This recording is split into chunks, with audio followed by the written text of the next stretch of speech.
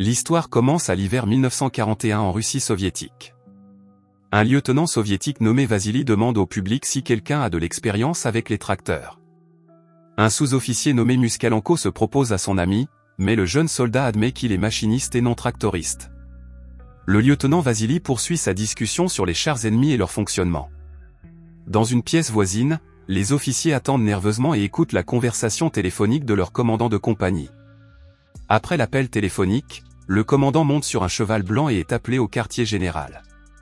Il ne tarde pas à laisser ses officiers, Peter et les autres faire leur travail. De l'autre côté du camp, le lieutenant Vassili a fini de discuter de la théorie de la destruction des chars ennemis et doit maintenant la mettre en pratique.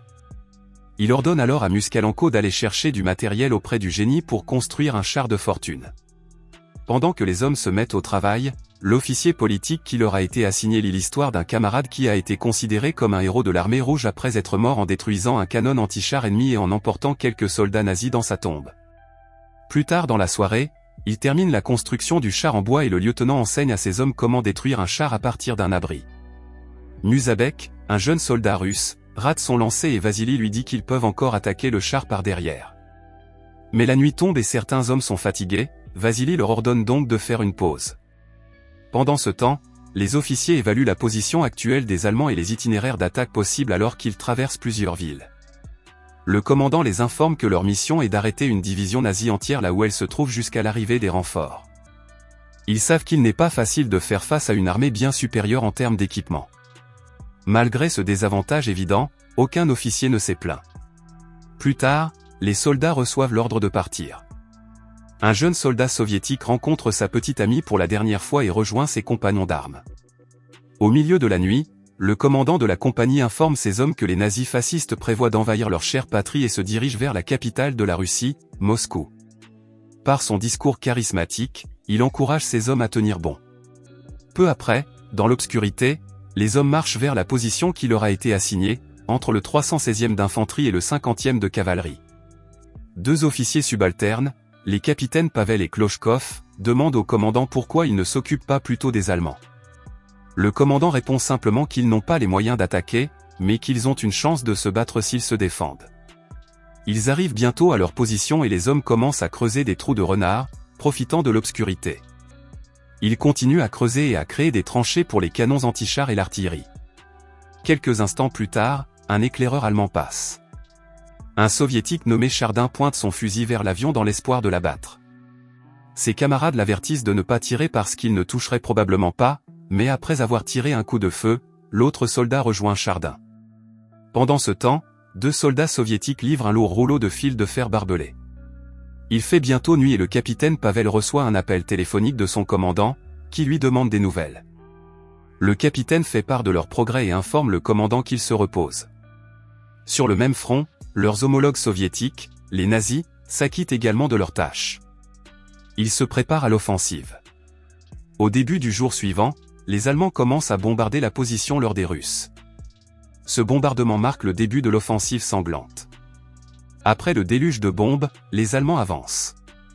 Une douzaine de chars escortés par une compagnie d'infanterie se dirigent vers les tranchées, tandis que les Soviétiques gardent le feu. Après plusieurs minutes d'attente intense, les Soviétiques tirent leur artillerie, prenant les Allemands par surprise. L'avant-garde nazie subit de nombreuses pertes, tant dans les chars que dans l'infanterie. L'élément de surprise faisant partie de leur armement, la première vague de nazis est contrainte de battre en retraite. Maintenant que la surprise a été créée, les soldats soviétiques savent que les Boches reviendront encore plus intelligents et plus forts. Le capitaine Pavel téléphone au commandant et lui fait part de la situation. Le capitaine soviétique leur ordonne de se retrancher, car les Allemands vont ajuster leurs tirs d'artillerie et leur tomber dessus. Dans les tranchées, un homme nommé Nazarov hésite à se mettre à l'abri. Il veut abattre un avion avec sa mitrailleuse, mais n'y parvient pas parce qu'un avion passe au-dessus de lui. Après s'être fait crier dessus par son sergent, Nazarov se met à l'abri. Comme prévu, l'artillerie allemande bombarde lourdement la position russe. Pendant ce temps, les soviétiques sur le terrain font de leur mieux pour résister. Le commandant attend anxieusement des nouvelles du front au quartier général, tandis que le bruit des bombardements résonne dans toute la zone. Un opérateur sous ses ordres tente de joindre les compagnies du front, mais sans succès. Une centaine de bombes larguées plus tard, les troupes soviétiques se remettent lentement en position défensive pour anticiper la deuxième vague d'attaque des nazis. Les obus allemands ne sont pas gaspillés, puisqu'il y a des dizaines de victimes du côté russe. Ensuite, les moteurs des chars allemands se mettent à rugir et à avancer. De retour à la position soviétique, sans moyen de communication, le capitaine ordonne à un soldat nommé Pet de tracer et de réparer les fils téléphoniques. Quelques minutes plus tard, les fils sont prêts et le capitaine rapporte immédiatement au colonel qu'il y a beaucoup de morts et un bon nombre de blessés. En tout, il reste environ 28 soldats pour défendre la position. Le colonel confirme l'ordre de défendre et de tenir la position jusqu'à l'arrivée des renforts. Pendant ce temps, la deuxième vague d'envahisseurs nazis se profile à l'horizon. Dans les tranchées, les Russes préparent des bombes au cas où les chars approcheraient. Les Soviétiques tentent la même stratégie et attaquent par le flanc alors qu'il ne reste que quelques hommes. Une violente fusillade s'engage, mais les Allemands mettent rapidement hors d'état de nuire le canon et les hommes qui l'actionnent. Dans les tranchées avant, Musabek tire avec son canon anti-char, mais quelques minutes plus tard, un char allemand arrive à portée et tue Musabek et un autre avec sa mitrailleuse. Le soldat le plus proche ramasse le gros fusil et s'éloigne. Après avoir parcouru quelques mètres, le jeune soviétique vise le Panzer qui arrive et touche ses chenilles, l'empêchant ainsi d'avancer. Gabriel et son camarade déchiquettent l'infanterie avec leurs mitrailleuses du côté opposé. Pendant ce temps, alors que les chars s'approchent des tranchées, les soviétiques en contrebalancent leurs grenades et leurs cocktails Molotov improvisés. Gabriel et son camarade continuent de tirer sur le flanc, ne s'arrêtant que pour recharger. Les chars les remarquent et braquent leurs tourelles sur leur position. Les deux soldats continuent à massacrer les soldats ennemis, mais ils sont alors touchés par le char, qui les tue sur le coup. Les Allemands sont assez têtus, mais les défenseurs le sont aussi. Plus tard, un autre groupe de Russes adopte une approche différente pour détruire un autre Panzer. Deux soldats déclenchent un tir de couverture, tandis qu'un soldat nommé Ivan lance des grenades sur le char pour le détruire. La tentative est couronnée de succès, mais elle coûte la vie à un Russe. À ce stade, la défense n'a plus rien pour contrer les chars et décide de les laisser passer, mais de continuer à frapper l'infanterie allemande.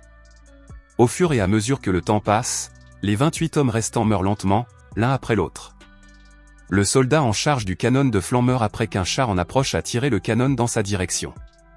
Il en va de même pour le soldat qui défend la ligne avec un canon anti-char. Après des heures de combat, les Russes sont à court de munitions. Dans une tentative désespérée de tromper les Allemands, un soldat russe lance une pierre en direction de l'ennemi. Les Allemands tombent dans le panneau, mais continuent d'avancer après avoir constaté qu'il s'agissait d'une pierre. Les nazis franchissent bientôt les barbelés et ne sont plus qu'à quelques mètres des tranchées. Les Russes restants préparent des baïonnettes, des haches, des couteaux, des pelles et toutes les armes de mêlée qu'ils peuvent trouver. Les Allemands savent qu'ils sont en infériorité numérique par rapport aux Soviétiques et continuent à marcher en toute vigilance et préparation. Alors que les Allemands ne sont plus qu'à quelques mètres des tranchées, un barrage de mitrailleuses tue l'infanterie ennemie, juste à temps pour sauver les hommes restés dans les tranchées. À distance, la deuxième vague de chars se déploie et observe la situation sur le champ de bataille. Il s'avère que l'homme qui manie la mitrailleuse est un soviétique nommé Danil, qui a été touché par un canon un peu plus tôt. Il tire sur tout ce qui bouge. Les soldats ennemis se jettent à terre dans l'espoir de se sauver de l'assaut. Les nazis sont cloués au sol et ne peuvent pas avancer, alors, n'ayant pas vraiment le choix, ils battent en retraite pour survivre aux assaillants. L'officier de chars allemand, qui observe la scène à quelques kilomètres de là, évalue la situation et constate qu'il ne reste plus rien de la deuxième vague de troupes. Il n'y a pas une seule âme d'Allemand fasciste en vue. Un cimetière et un champ de bataille pour les hommes et les chars. Sans savoir que les Russes qui se défendent sont au bord de l'épuisement, l'officier allemand commet l'erreur cruciale d'ordonner la retraite.